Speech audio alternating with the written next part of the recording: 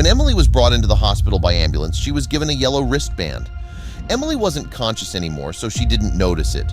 Her husband finally arrived after dropping off the kids at his parents', and when he arrived, he saw the yellow wristband Emily had around her wrist. As a general practitioner, he knew exactly what that meant. He called the police immediately. He could not believe that doctors would make such a mistake. Michael got the call that his wife, Emily, was transported to the hospital by his neighbor.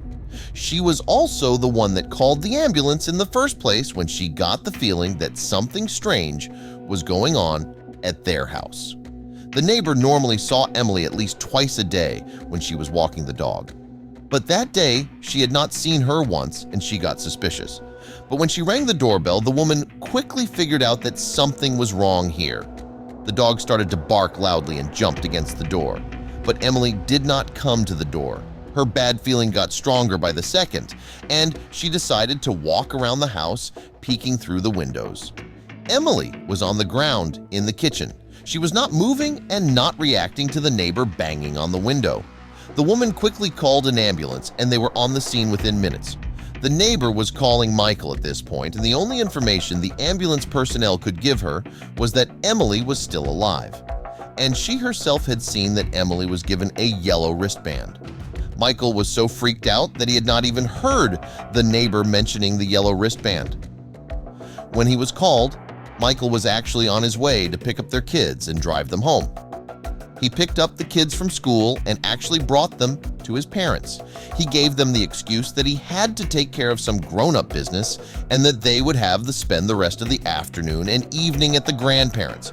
He tried to call ahead to the hospital as well, but all they could tell him was that Emily had arrived there.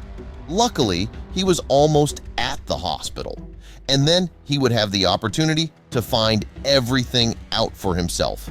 At least, that is what he hoped. Michael was actually relatively familiar with the hospital, and he hoped that this would help him get around some of the red tape relatives often had to face. He was a general practitioner himself and often had contact with the hospital before transferring patients to them. The hospital did everything very by the book, and that meant you had to sign a lot of documents when wanting to see somebody in critical condition. And Michael desperately wanted to avoid that. Michael was happy that he seemed like his reputation seemed to help him there. At least that is what he thought. He had to wait in the room for a little bit, which gave him time to think about the situation, and he suddenly remembered a detail from the call with the neighbor. He was unsure if he had even heard it correctly, but he believed that she had said something to him about a yellow wristband. Normally, patients who were admitted like that could get a red wristband. He had seen it a lot with patients that he directed to the hospital. When he went to visit them, only seen the yellow one a couple of times with very specific patients. And he was sure Emily did not fall into that category. Or did the doctors here know something he didn't? Now that he had gotten this realization, Michael was even more desperate to see his wife.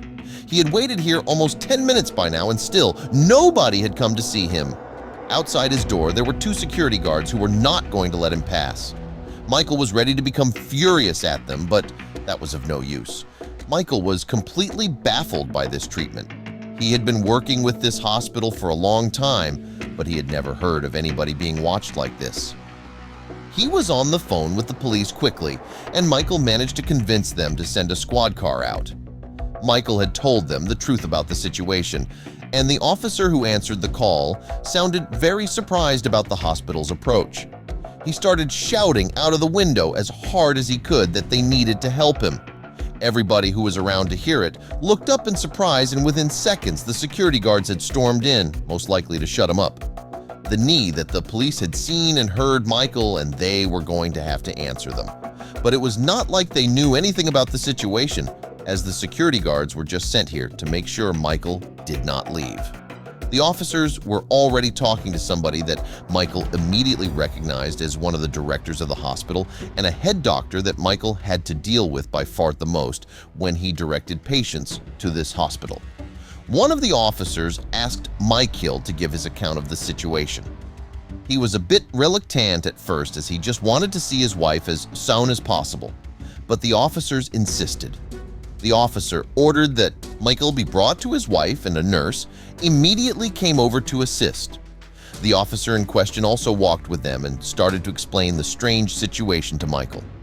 Michael apparently thought that the hospital staff liked him a lot more than they actually did. They did not like him at all, and you could even say they hated him. In their eyes, he was a useless middleman that just cost them money. If he did not exist, patients would just come directly to them for help.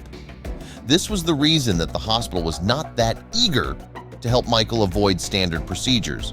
Apparently, it had nothing to do with Michael's knowledge about the hospital and the yellow and red wristbands. The directors had no idea what wristband Emily was wearing, and they failed to see the relevance of this as well. When Michael opened up the door, tears immediately came to his wife. There was his wife, Emily, peacefully sleeping in bed. And then he saw that she was still wearing that same damn yellow wristband. He turned to the nurse and told them that they had to have made a mistake by putting that on her. She needed to check it again, and the nurse had no problem looking Emily up in the system to verify their decision. And wouldn't you know, they had actually made a big mistake. The yellow wristband is given to new patients that come in without having insurance. And what makes mistakes here really dangerous is that patients without insurance are actually not immediately treated.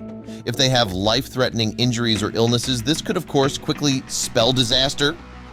Luckily, the nurses had checked Emily's vitals anyway and determined that there was nothing really wrong with her. She had just passed out, most likely from dehydration. It did not take long before she woke up again and was ready to go home. Michael was extremely relieved by the whole situation, and it also softened his anger against the hospital and its treatment of him. They ended up having a very good and honest conversation about their working relationship and how to improve it. They eventually managed to find some common ground and made some decisions that both parties could be happy with. And Emily, of course, easily made a full recovery.